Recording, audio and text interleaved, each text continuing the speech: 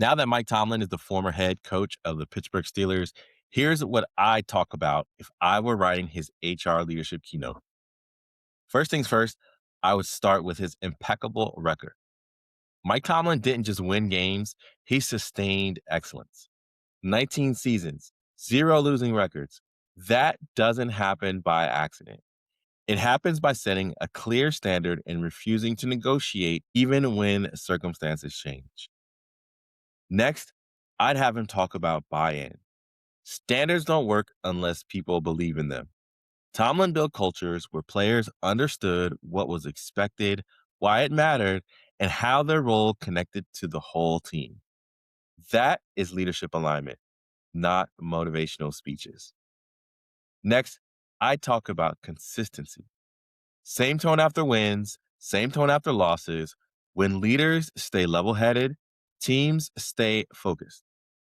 Emotional volatility at the top creates confusion everywhere else in the roster. Next, I talk about the talent myth. Now, the Pittsburgh Steelers were rarely the most stacked roster in the league, and they played in one of the toughest divisions in football.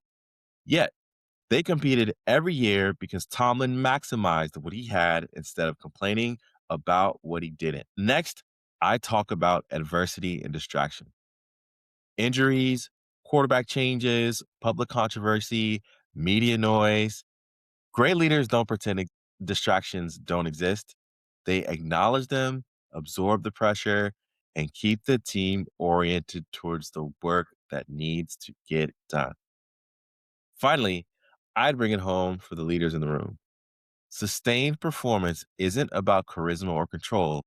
It's about standards people trust, clarity people follow, and leadership steady enough to withstand the chaos.